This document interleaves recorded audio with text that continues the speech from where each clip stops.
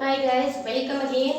I'm back with my third lecture of solutions, and in this lecture we will discuss about vapor pressure, Raoult's law and what are ideal and non-ideal solution. So let's begin with vapor pressure. What is a vapor pressure?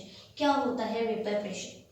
तो guys, अगर हम बात करते हैं, अभी तक हमने बात की है, अभी तक हमने जो बात की है, हमने डिस्कस किया है the gases and liquid. Vapour pressure में हम डिस्कस करेंगे, we will discuss about liquid solutions. और अगर मैं कह रही हूँ लिक्विड सॉल्यूशंस, तो it means you are very well aware of, आप लोगों को पता है कि लिक्विड सॉल्यूशंस के अंदर हमारा सॉल्वेंट क्या होगा? Liquid. Liquid is the solvent and solute will be, what will be the solute? It would B solid, liquid और गैस, कुछ भी हो सकता है. तो गैसेस एंड लिक्विड तो हम लोग स्टडी कर चुके हैं, जो भी हमने हेनरीज लॉ में डिस्कस किया था. So now let's deal with solid and liquid. Number first will go with liquid and liquid. Liquid solution. Liquid solution की अगर बात करते हैं तो सबसे पहले मैं आपसे बात करना चाहूंगी what do you mean by vapour. अगर हमारे पास लिक्विड सॉल्यूशन है, वेपर प्रेशर कब होगा? अगर कोई भी कंपोनेंट वोलेटाइल हो. लिक्विड सॉल्यूशंस जनरली क्या होते हैं? These are volatile. What do you mean by volatile components? Volatile का मतलब which can be easily converted to vapour. ऐसा कोई भी component which can be converted to vapour. तो ऐसे कंपोनेंट्स को हम क्या कहेंगे? These are volatile components. अब अगर हम लिक्विड सॉल्यूशन की बात करते हैं, फॉर एग्जांपल आप इसी सेम सॉल्यूशन को, लिक्विड सॉल्यूशन को एक क्लोज्ड कंटेनर में ले लीजिए. अगर हमने, हमारा सोल्यूट भी लिक्विड हो गया और सॉल्वेंट भी आपका क्या हो गया? Liquid. You have taken it in a closed container. अब आपने उसे हीट करना स्टार्ट किया. जैसे ही आप हीट करना स्टार्ट करोगे तो your liquid will get converted to, liquid will convert into vapour. Liquid कौन से स्टेट में चले जाएगा? वेपर में.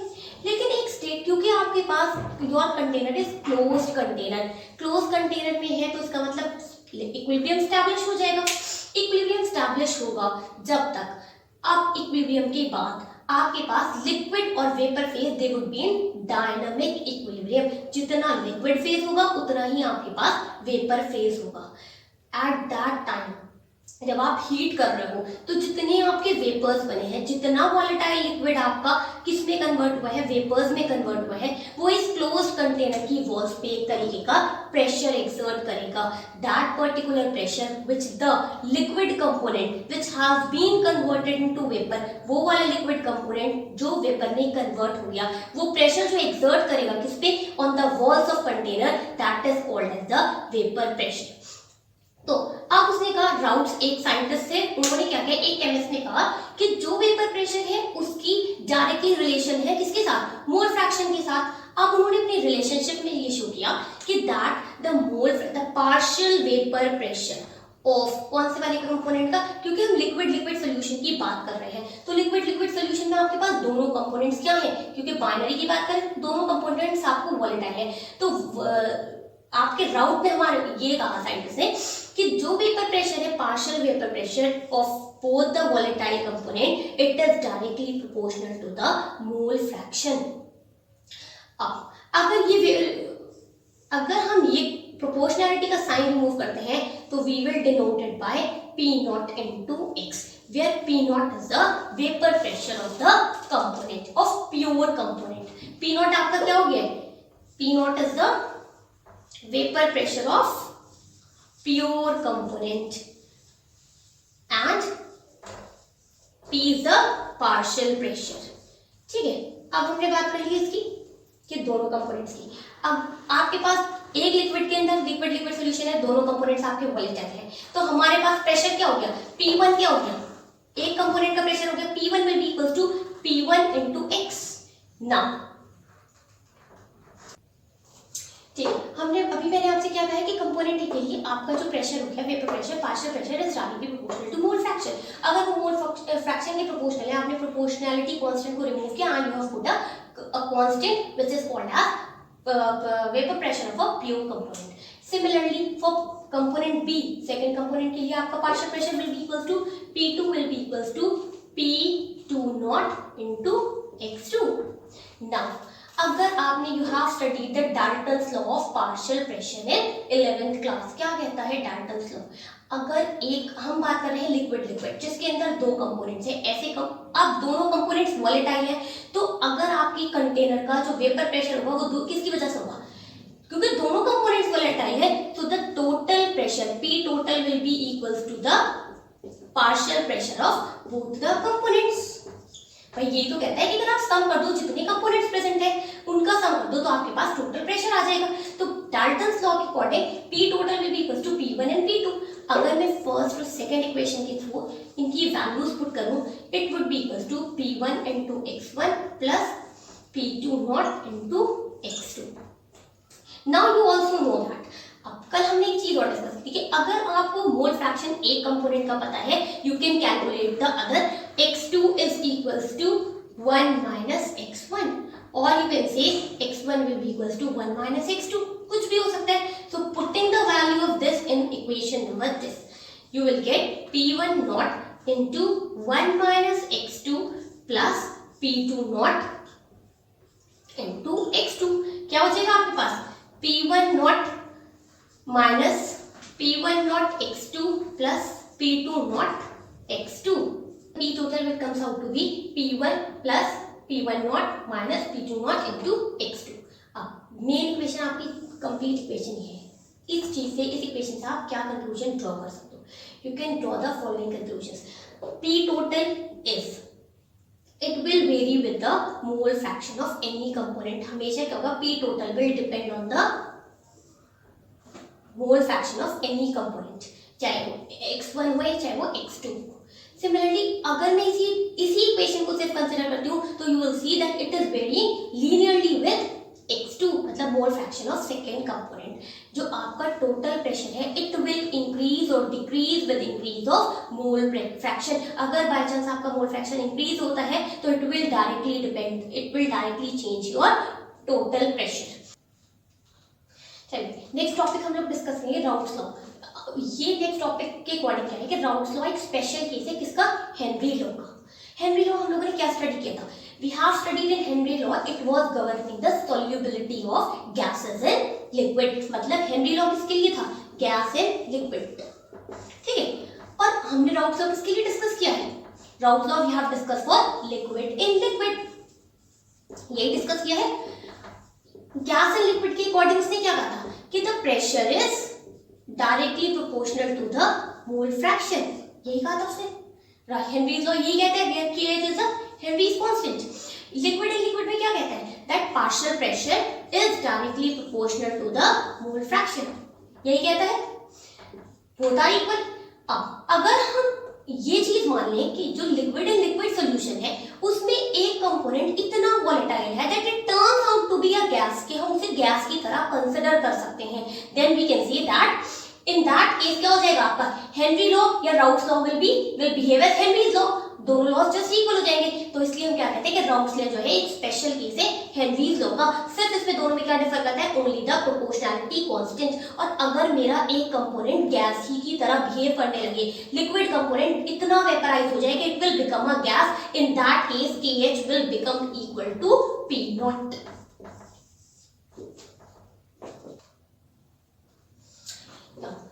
Let's start with the next topic which is vapor pressure of solid and liquid solution। अभी हमने क्या डिस्कस किया था? Liquid and liquid solutions. अब हम बात कर रहे हैं सॉलिड एंड लिक्विड सॉल्यूशन। मतलब आपका सॉल्वेंट क्या है? Your solvent is again a liquid and your solute is a solid. हमने गैसेस एंड सॉलिड बात कर ली है। जब हमारा केस क्या था?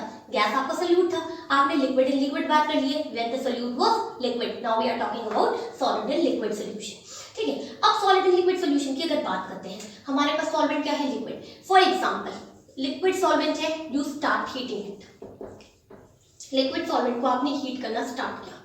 If you started heating it, क्योंकि वो चीज लिक्विड है तो इट विल वेपराइज। वो वॉलेटाइल है तो वो क्या करेगी? वो वेपराइज होगी, मतलब it will get converted to vapour. Vapour में कन्वर्ट हो जाएगी। At that time the entire vapour pressure in a closed container will be due to solvent alone. क्यों? आपके पास सिर्फ क्या है? लिक्विड है जो इजीली क्या कर रहा है? वेपराइज कर रहा है। तो पूरा वेपर प्रेशर किसकी वजह से होगा? सिर्फ लिक्विड की वजह से होगा या फिर सिर्फ प्योर सॉल्वेंट की वजह से होगा।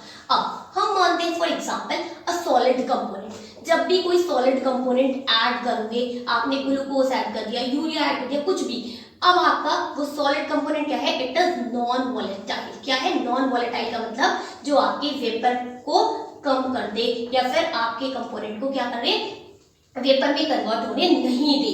ठीक है, अब मैंने नॉन वॉलेटाइल सोल्यूट ऐड कर दिया है एक लिक्विड सॉल्वेंट में। अगर ऐसा हो गया, आपके पास सॉल्यूशन बन गया, because you have both the component, solute भी है और सॉल्वेंट भी है। अब हमारा सॉलिड क्या है, इट इज नॉन वॉलेटाइल। जैसे ही आप नॉन वॉलेटाइल सोल्यूट, आपने एग्जांपल आपने यूरिया ऐड कर दिया वाटर में, अब आपके पास, अब आप हीट करना स्टार्ट कीजिए। जब आप हीट करेंगे आपके वेपर्स तो बनेंगे, लेकिन वेपर्स पहले के रिस्पेक्ट में बहुत ज्यादा कम बनेंगे, क्योंकि आपका इस बार आपका जो सोल्यूट है इट इज नॉन वॉलेटाइल, वो आपके सॉल्वेंट की एस्केपिंग टेंडेंसी को कम कर देगा, मतलब वो उसके कंपोनेंट्स को, उसके पार्टिकल्स को इजीली वेपराइज नहीं होने देगा। अगर वेपराइज नहीं होने देता है, it means your vapour pressure will decrease. तो in the case which you have studied earlier, जब सिर्फ सॉल्वेंट की वजह से था, आपका vapour pressure in case of liquid solvent is greater, और in case when the solution is also having a non-volatile solute, आपका वेपर प्रेशर क्या हो जाएगा, it will have the lower vapor pressure। तो अब आपके पास क्या हो जाएगा इस केस में, in case of solid and liquid solution, हमारे पास राउट्स लॉ फिर से क्या स्टेट होता है, राउट्स लॉ इस केस में ये स्टेट करता है that the partial pressure is directly proportional to the mole fraction। लेकिन पार्शियल प्रेशर इस बात कौन सी वाली कंपोनेंट पे हो रही है, the partial pressure of a volatile component. You will remember it that it is, last time हमने क्या कहा था, ऑफ बोथ द कंपोनेंट्स, क्योंकि आपके दोनों कंपोनेंट्स वोलेटाइल थे in case of liquid liquid. लेकिन अगर मैं सॉलिड एंड लिक्विड की बात कर रही हूं, तो the partial pressure of a volatile component it is directly proportional to the mole fraction, और you can say it again as P1 will be equals to P0 into X, where P0 is the pressure of pure component, pure solvent, pressure of pure solvent. Hope so it's clear. And if we draw a graph, it would be linear line, mole fraction, and it is partial pressure. It would come out to be a linear graph. Okay. Before going to our next topic, सबसे पहले हम लोग क्या कर लेते हैं, graph discuss कर लेते हैं, which we were about liquid and liquid solutions का। ठीक है, तो लिक्विड सॉल्यूशन की मैंने आपको क्या बताया था, that here the partial pressure is directly proportional to mole fraction, या मतलब वो क्या कर रहा है, लीनियरली वेरी कर रहा है। आप ये अज्यूम कीजिए, लेट अस अज्यूम दैट कि आपका एक कंपोनेंट कम वोलेटाइल है और दूसरा कंपोनेंट ज्यादा वोलेटाइल है। अब जो कंपोनेंट ज्यादा वोलेटाइल होगा उसका वेपर प्रेशर आपका ज्यादा होगा compare to the one which is less volatile, जो कम वोलेटाइल है। अब हमने ये चीज कंसीडर कर लिया, आप हमारे अकॉर्डिंग P1 जो है वो कम वोलेटाइल है और P2 ज्यादा वोलेटाइल है, तो यू विल ड्रॉ ग्राफ। मैंने कहा था दीज वेरी लीनियरली, तो अगर हम बात करें तो vapour pressure is varying linearly with the graph. आपका यहाँ पे सिर्फ कंपोनेंट A एग्जिस्ट करता है और X2 come out to be mole fraction of X2 is 0। Similarly next case में क्या है, आपका X1 कंपोनेंट है 0 और mole fraction for X2 is equal to 1। आपने ग्राफ ड्रॉ किया and this is the pressure, partial pressure. Partial pressure के बाद आपने ये चीज किया, ये आपके कांस्टेंट वैल्यूज आ गए P2 नॉट और ये आ गई आपकी P1 नॉट। आपको मालूम है टोटल प्रेशर, मैंने आपसे क्या कहा था, P total will be equals to P total is equals to P1 plus P2। You will add on both the things, P1 plus P2। So you will add on both the things। आपके पास क्या आ गया, it is the graph which will be drawn। ये चीज आपका इस तरीके से graph आएगा।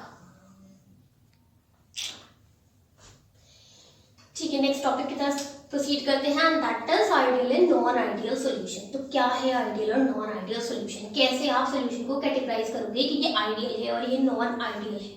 ठीक है, अभी हमने क्या पढ़ा है, राउट्स लॉ। अगर हमारे पास कोई भी सॉल्यूशन राउट्स लॉ को ओबे करता है, मतलब राउट्स लॉ के अकॉर्डिंग काम करता है, तो it is categorised as ideal solution. ठीक है, और अगर मैं इसकी कॉन्ट्ररी बात करूं नॉन आइडियल की, तो ऐसा कोई भी सॉल्यूशन जो राउट्स लॉ को ओबे ना करे, obey Raoult's law and it will not obey Raoult's law. ठीक है, तो हमारे पास क्या हो जाएगा, it is non ideal solution. Next चीज वो कहता है आइडियल सॉल्यूशन ऐसा कोई भी सॉल्यूशन जिसमें डेल्टा H मिक्स इज 0, मतलब enthalpy of mixing is equal to 0। उसके अकॉर्डिंग आपके पास जब भी रिएक्शन हुई तो आपके पास ना तो कोई हीट इवॉल्व हुई और ना ही कोई हीट आपकी क्या हुई है, एब्जॉर्ब हुई है। नो हीट इज एब्जॉर्ब्ड और evolved during a reaction. Enthalpy mixing मतलब प्रोडक्ट्स माइनस रिएक्टेंट्स। अगर आप एंथैल्पी निकालोगे बिफोर द रिएक्शन कितनी एंथैल्पी थी और after the reaction, enthalpy will remain constant, बिल्कुल एक जैसी एंथैल्पी रहेगी। अगर आप एंथैल्पी मिक्स कैलकुलेट आउट करोगे मतलब आपके पास क्या होगा, दोनों when you will calculate out, आप दोनों को सबट्रैक्ट करोगे, it will come out to be zero, मतलब कोई डिफरेंस नहीं होगा। सिमिलरली हम क्या कह सकते हैं, delta we mix is zero, मतलब जितनी volume starting of the reaction में थी उसके बाद जितनी आपकी रिएक्शन प्रोसीड हो गई, कोई भी सोल्यूशन मिक्स हो गए, उनमें इंटरेक्शंस डेवलप हो गए, उसके बाद भी उसमें क्या हुआ है, वॉल्यूम रिमेन कांस्टेंट। ना वॉल्यूम इनिशियली जितनी वॉल्यूम थी उतनी ही आपकी फाइनल वॉल्यूम रहेगी। तो ऐसा कोई भी solution which will obey Raoult's law with where enthalpy of mixing is equals to 0 and volume of mixing is also equal to 0. Delta H mix 0 means that no heat is evolved and no heat is absorbed during the reaction. इसकी contrary बात करते हैं non ideal solution की। Non ideal solution ऐसा कोई भी solution जो routes law को ओबे नहीं करता। अब यहाँ पे एंथैल्पी ऑफ मिक्सिंग क्या था, 0, तो it means enthalpy of mixing here in this case will not be equals to 0।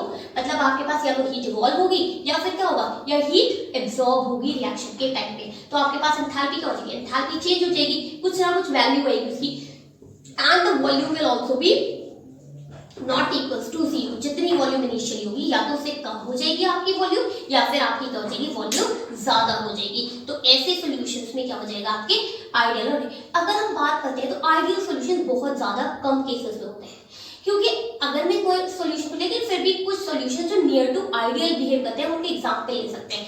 अगर मैं हाइड्रोकार्बन्स की बात करूं, example you are taking about hexane, normal hexane and normal heptane. आपने 6 मेंबर्ड हाइड्रोकार्बन लिया, अल्केन लिया, और 7 मेंबर्ड हाइड्रोकार्बन अल्केन लिया। एक हेक्सेन है, एक हेप्टेन है, आपने दोनों को मिक्स करा। सबसे पहले आपका एक कंपोनेंट, एक बीकर में आपके पास हेक्सेन था, एक में आपका हेप्टेन था। तो हेक्सेन के अंदर जो इंटरेक्शन थे वो प्योरली हेक्सेन के मॉलिक्यूल्स की वजह से थे, उसकी एटम्स की वजह से थे। हेप्टेन में जितने इंटरेक्शंस थे वो किसकी वजह से थे, भाई हेप्टेन में कितने सारे मॉलिक्यूल्स होंगे, कितने सारे एटम्स होंगे जो हेप्टेन को बनाते हैं, तो उसका जो इंटरेक्शंस थे वो क्या है, हेप्टेन की वजह से। आप इनको कह सकते हो ए इंटरेक्शन इस सॉल्यूशन में, ये आपने कह दिया बी इंटरेक्शन। अब जब ये दोनों कंबाइन हुए, कंबाइन होने के बाद आपके इंटरेक्शन क्या बन गए, ए बी इंटरेक्शन, मतलब ए के मॉलिक्यूल कुछ बी के साथ कोलाइड किए हैं। इस बार इंटरेक्शन आपके डिफरेंट हुए। अगर मेरे पास इन दोनों को इंटरेक्शन के बाद the A B interactions are nearly equal to the sum of A B interaction, then it is ideal solution. मतलब आपके जो इंटरेक्शन नए प्रोड्यूस हुए हैं वो बिल्कुल एग्जैक्टली या नियर टू इक्विवेलेंट है किसके, जो अर्लियर जो इंटरेक्शंस एग्जिस्ट करते थे। अब आपको भी क्या बोलेंगे, इसका मतलब आइडियल सॉल्यूशन है। ऐसे एग्जांपल ले सकते हो आप, बेंजीन और टोल्यूइन, दोनों हाइड्रोकार्बन्स हैं। बेंजीन प्लस टोल्यूइन भी क्या हो जाएगा, इसमें भी A B interaction will be nearly equal to A B interaction. जो इंटरेक्शंस पहले थे वो जब आप इन दोनों सॉल्यूशन को मिक्स कर दोगे उसके बाद भी इंटरेक्शंस नियर टू इक्वल रहते हैं, दे रिमेन जस्ट इक्वल। तो आप कह सकते हो these solutions they behave as ideal solution. Now coming to non ideal solution. ठीक, अब आ जाते हैं नॉन आइडियल सॉल्यूशंस पे। हमने क्या कहा था, नॉन आइडियल सॉल्यूशन कभी भी इंटरेक्शन क्या कहते हैं, राउट्स को ओबे नहीं करेंगे। तो इट मींस या तो उनमें पॉजिटिव डेविएशन होगा या फिर negative deviation from Raoult's law होगा। पॉजिटिव डेविएशन और नेगेटिव डेविएशन क्या है, what do you mean by positive and negative deviation. देखो एग्जांपल लेते हैं, we will study this with the example. Example आपके पास है acetone, a solution, a component, और बी कंपोनेंट है आपका इथेनॉल। ठीक है, आपका दो कंपोनेंट्स है ethanol and acetone. Before mixing क्या होता है, इथेनॉल के अंदर हाइड्रोजन बॉन्डिंग प्रेजेंट है, तो ethanol has highest strong hydrogen bonding. इसकी हाइड्रोजन बॉन्डिंग की वजह से क्या होगा, हमारे पास इसके इंटरेक्शंस क्या हो जाएंगे, बी इंटरेक्शंस आर स्ट्रॉन्गर, क्यों, हाइड्रोजन बॉन्डिंग प्रेजेंट है। और एसीटोन में क्या हो जाएगा, सारे एसीटोन मॉलिक्यूल्स की वजह से इंटरेक्शन होगा। अब आपने बिफोर मिक्सिंग इनमें क्या हो गया है, इंटरेक्शन दोनों, इसके स्ट्रॉन्ग इंटरेक्शन, इसके weaker interaction. Now you have mixed both the solutions. इस बार आपके जो ए बी इंटरेक्शंस होंगे वो क्या होंगे, इट विल बी वीकर। अगर मैं इथेनॉल के अंदर जिसमें already hydrogen bonding, strong bonding exist कर रही है मॉलिक्यूल्स के बीच में, आप उसमें कोई भी ऐसा मॉलिक्यूल, कोई भी ऐसा कंपाउंड बाहर से ऐड कर दो जिसकी वजह से उसके हाइड्रोजन बॉन्डिंग क्या हो जाए, डिस्टर्ब हो जाए। अब मेरी इथेनॉल इसके साथ इंटरेक्शन करने की वजह से, एसीटोन के साथ कुछ मॉलिक्यूल्स के साथ इंटरैक्ट करने की वजह से वो क्या करेगा, उसकी हाइड्रोजन बॉन्डिंग डिस्टर्ब होगी। अगर हाइड्रोजन बॉन्डिंग डिस्टर्ब होगी, अब फिर नया इंटरेक्शन करेगा किसके बीच में, एसीटोन और इथेनॉल के बीच में, लेकिन वो इंटरेक्शन क्या होगा, वीकर होगा कंपेयर टू जो पहले इथेनॉल में एग्जिस्ट करता था। इस केस में क्या हो जाएगा, अब अगर आप इस सॉल्यूशन को, तो AB interaction here, AB interactions will be weaker then AA and BB interaction. ठीक है, AB इंटरेक्शन क्या होगा, इज वीकर। ठीक है, किनके इंटरेक्शन से, AA और BB के इंटरेक्शन से। अब अगर आप इसी सॉल्यूशन को बॉइल आउट करोगे, आप अगर बॉइल करते हो आपको इतना सा प्रेशर देना पड़ेगा, इतना सा आपने हीट अप किया और आपके मॉलिक्यूल्स क्या हो जाएंगे, दे विल इजीली वेपराइज। आपका वेपर प्रेशर बहुत ज्यादा हो जाएगा सडनली। क्यों हो जाएगा, क्योंकि आपके इंटरेक्शन का क्या हो गया, कम हो गया। इतना सा आप हीट करो, सॉल्यूशन विल वेपराइज इजीली। ठीक है, ये तो हो गई है बात पॉजिटिव डेविएशन की। ठीक है, नॉन आइडियल की बात करते हैं, तो नॉन आइडियल का एग्जांपल है एसीटोन एंड क्लोरोफॉर्म। ठीक है, अगर एसीटोन और क्लोरोफॉर्म की बात करें, what is the formula for acetone, it is CH3 C CH3 and O, ये फार्मूला हो गया एसीटोन का। और क्लोरोफॉर्म की बात करते हैं तो इट इज CHCl3। ठीक है, अगर मैं बात करती हूँ इसकी, तो it can be written as, आप इस चीज को ऐसे भी लिख सकते हो, HC, ऐसे लिख देते। इसमें इंटरेक्शन क्या था, इसके इंटरेक्शन का आपने नाम दे दिया AB, AA इंटरेक्शन। क्लोरोफॉर्म में जितने इंटरेक्शन थे आपने उन्हें नेम दे दिया BB इंटरेक्शन। अब दोनों दे गेट कंबाइन। जब ये दोनों कंबाइन हुए तो ऑक्सीजन के पास क्या है, हाइड्रोजन। हाइड्रोजन और ऑक्सीजन, जो ऑक्सीजन हाईली इलेक्ट्रोनेगेटिव में, दे कम इन क्लोज प्रॉक्सिमिटी, दोनों पास पास आ जाते हैं। इनके पास पास आने की वजह से इनमें क्या हो जाता है, हाइड्रोजन बॉन्डिंग डेवलप हो जाएगी। तो आपके पास क्या स्ट्रक्चर बनेगा, the structure would resemble to this thing, this. ठीक है, आपके पास क्या होगा, हाइड्रोजन बॉन्डिंग डेवलप हो गई। इट मींस आपके पास AB, जो AB बना है उसका इंटरेक्शन क्या हो गया, स्ट्रॉन्गर इंटरेक्शन।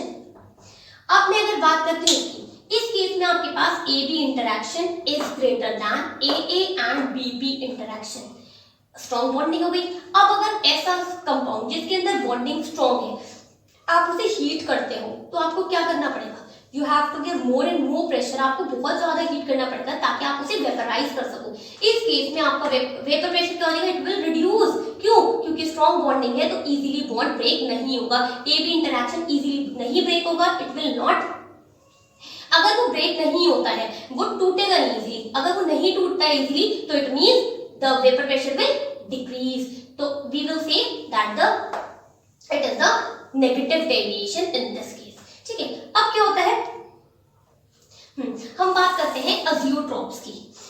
कुछ मिक्सचर्स ऐसे होते हैं जिनका बॉइलिंग पॉइंट बिल्कुल कांस्टेंट होता है। किसकी बात कर रही हूं मैं, अजियोट्रॉप्स।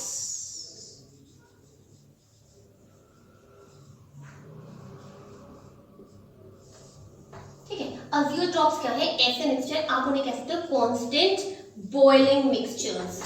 क्या कह सकते हो आप उन्हें, कांस्टेंट बॉइलिंग मिक्सचर्स। मतलब इनके जो है, इनके ऐसे वाले मिक्सचर जिनकी बॉइलिंग टेम्परेचर सेम हो जाएंगे, सेम टेम्परेचर पे बॉईल करते हैं, आप उन्हें कभी भी फ्रैक्शनल डिस्टिलेशन से इजीली सेपरेट आउट नहीं कर सकते। क्यों, अगर आप उसे fractional distillation both have same boiling point, तो दोनों क्या हो जाएंगे, दोनों एक टेम्परेचर पे वेपराइज कर जाएंगे। So you can not separate them with fractional distillation. ऐसे मिक्सचर्स को बोलते हैं अजियोट्रॉप्स। ठीक है, they have same composition, nearly same composition, and their boiling point is nearly constant. ठीक है, अब इनमें भी टू टाइप्स हैं, we will discuss them now. ठीक है, अजियोट्रॉप्स की बात करते हैं। अजियोट्रॉप्स में क्या है, मैंने कहा है azeotropes are of two type, one is minimum boiling and the other is maximum boiling. कब बनेंगे मिनिमम बॉइलिंग और मैक्सिमम बॉइलिंग अजियोट्रॉप्स, देखो अगर हम एग्जांपल लेते हैं ऐसे मॉलिक्यूल्स का जिसमें क्या था, पॉजिटिव डेविएशन, मतलब आपको मिनिमम हीट प्रोवाइड करनी पड़ी थी, आपके इजीली वेपर्स में कन्वर्ट हो रहे थे। जितने भी ऐसे कंपोनेंट्स होंगे जो पॉजिटिव डेविएशन शो करते हैं, they will show minimum boiling azeotrope. तो पॉजिटिव डेविएशन वाले कंपाउंड, फॉर एग्जांपल अगर आप ले सकते हो ethanol and water mixture, water में ऑलरेडी हाइड्रोजन बॉन्डिंग प्रेजेंट है, आप इथेनॉल ऐड कर दीजिए उसमें, it will disturb the hydrogen bonding which is present in water. तो इसकी वजह से क्या हो जाएगा, एस्केपिंग टेंडेंसी मॉलिक्यूल्स की इंक्रीज हो जाएगी। आपके मॉलिक्यूल जल्दी से जल्दी, अगर आप इतनी सी हीट प्रोवाइड करोगे, दे विल वेपराइज, तो इस केस में क्या हो जाएगा, पॉजिटिव डेविएशन शो होगा and these type of azeotropes are called as minimum boiling, जिन्हें इतनी सी बॉइलिंग के बाद ही वो क्या हो जाए, दे विल गेट वेपराइज। ठीक है, नेक्स्ट बात करते हैं मैक्सिमम बॉइलिंग। मैक्सिमम बॉइलिंग में आप कह सकते हो नेगेटिव डेविएशन, जो मॉलिक्यूल्स क्या शो करेंगे, जो कंपोनेंट है, जो मिक्सचर्स आपका नेगेटिव डेविएशन शो करेंगे। अगर मैं बात करती हूँ HNO3 को वाटर के साथ कंबाइन कर दो आप, दोनों क्या करेंगे, नाइट्रिक एसिड में क्या हो जाएगा, it will form hydrogen bonding. अगर हाइड्रोजन बॉन्डिंग फॉर्म हो गई तो AB interaction will have less escaping tendency, वो बहुत ज्यादा कम टेंडेंसी रह जाएगी उनकी वेपराइज होने की। In that case you will get a maximum boiling azeotrope. Okay, minimum boiling के एग्जांपल क्या हो गया, ethanol in water, and maximum boiling का एग्जांपल हो गया है HNO3 nitric acid in water. So are you clear with here? Now let's discuss the graphs. Okay? ठीक है, मैंने आपसे क्या बोला था, हम ग्राफ डिस्कस करते हैं। अभी मैंने आपको जो ग्राफ बना के दिखाया था उसमें क्या था, it was just like simply this x1 x1 की। अब आपके फॉर एग्जांपल आपके क्या कहते हैं मिक्सचर ने क्या शो किया है, it shows positive deviation.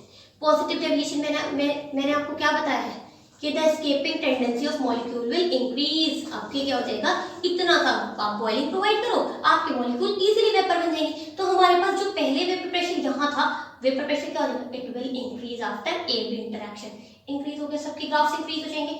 As such आपका प्रेशर ये होना चाहिए, लेकिन इंक्रीज होकर it will turn out to be this, मतलब आपका जो टोटल वेपर प्रेशर होगा इट विल इंक्रीज। ठीक है, ये हो जाएगा पॉजिटिव डेविएशन। ठीक है, अब डिस्कस करते हैं नेगेटिव डेविएशन का ग्राफ। तो नेगेटिव डेविएशन में क्या हो जाएगा, अब की बार आपके मॉलिक्यूल्स की एस्केपिंग टेंडेंसी पहले से कम हो गई है। क्यों? उसमें एक स्ट्रॉन्ग बॉन्डिंग डेवलप हो गई है, AB इंटरैक्शन ज्यादा हो गया है कंपेयर टू जो पहले अर्लियर था AA और BB इंटरैक्शन है। तो इन दैट केस आपका प्रेशर क्या हो जाएगा, it will decrease, P1 will also decrease, ultimately the total pressure जो आपका प्रेशर ये था पहले, it will decrease and will lower down to this one। तो ये हो गया आपके नेगेटिव डेविएशन का graph. It is for negative deviation. Hope so it's clear. Guys, अगर कोई भी query हो तो you can ask in comment section, और अगर ये वीडियो पसंद आए तो please do like, share and subscribe. That's all for today.